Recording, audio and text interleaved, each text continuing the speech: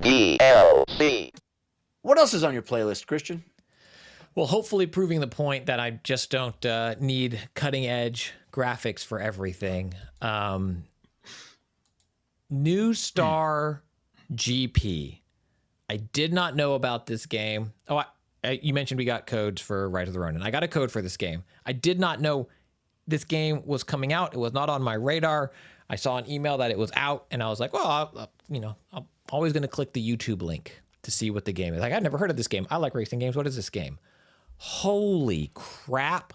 I love New Star GP. It is what if virtual racing was made today with virtual racing graphics, but today's virtual racing graphics. So it still is very Virtua, like the old school, what you think of, Jeff, we talked about this, what people think of for Virtua Fighter, even though Virtua Fighter has gotten much more realistic looking over the years, but kind of that intentionally polygonal, not cell shaded, but like everything has a flat color to it. Basic old Sega arcade driving game visual appeal.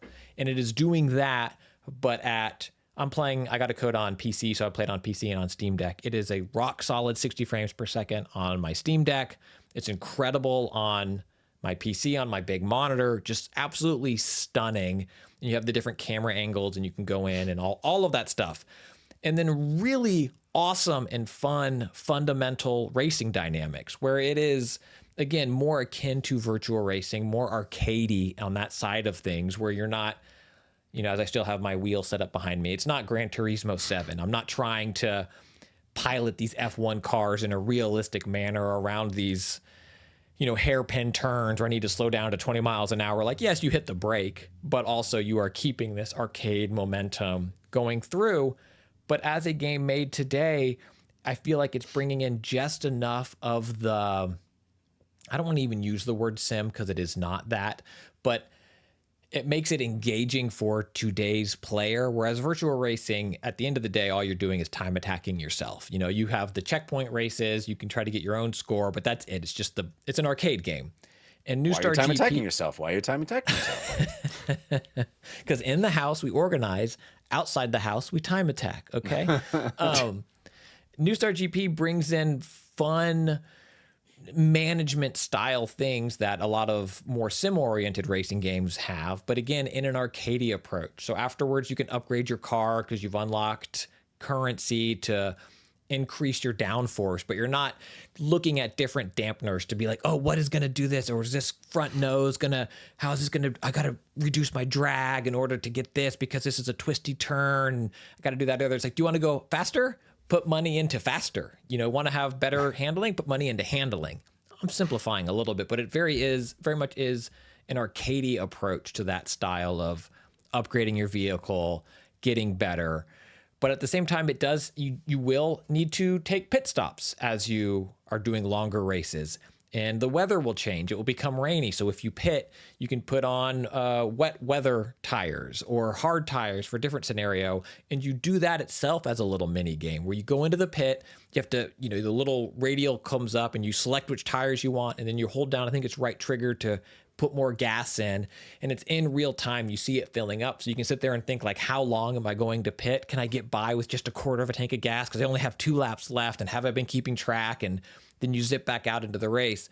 And so it's just enough of that stuff to be really engaging as a single player campaign. After your race, you have your pit crew that you're kind of doing a slight social relationship management with, where it's like, oh, Miles is on your comms team and he's angry.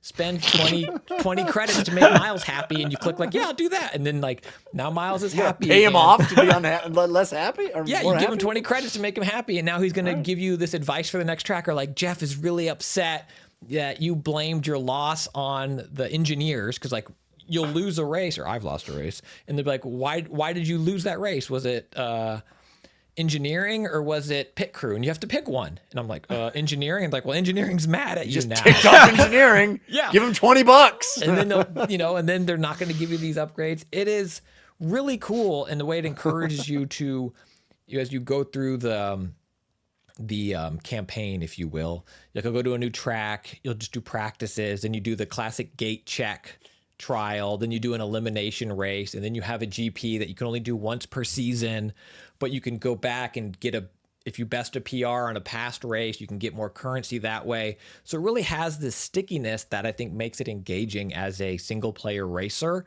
but in this beautiful, simple wrapper that I think is immediately accessible to kids and also people that maybe have moved away from the complexity of what even WRC and some of the rally games became, where it's just like so much management comes into it, or Gran Turismo, where you spend half of it drinking coffee, learning about, the rotary engine of the RX-7 and why it's important. I love it. New Star GP. I did not know it was coming out. I ended up getting a code the day it came out, and it has absolutely blown me away. It is beautiful, and I think there are a lot of folks who have maybe not paid attention to racing games that are going to find a lot to love with it. I love it. It's great. Very cool. That's New Star GP, and it is on Christian's playlist. I made Jeff mad. I'm sorry, Jeff. Here's $20. I'm not mad anymore. Yay! You can get the full audio version of this show by subscribing to the RSS feed, which you can find at dlcpod.com.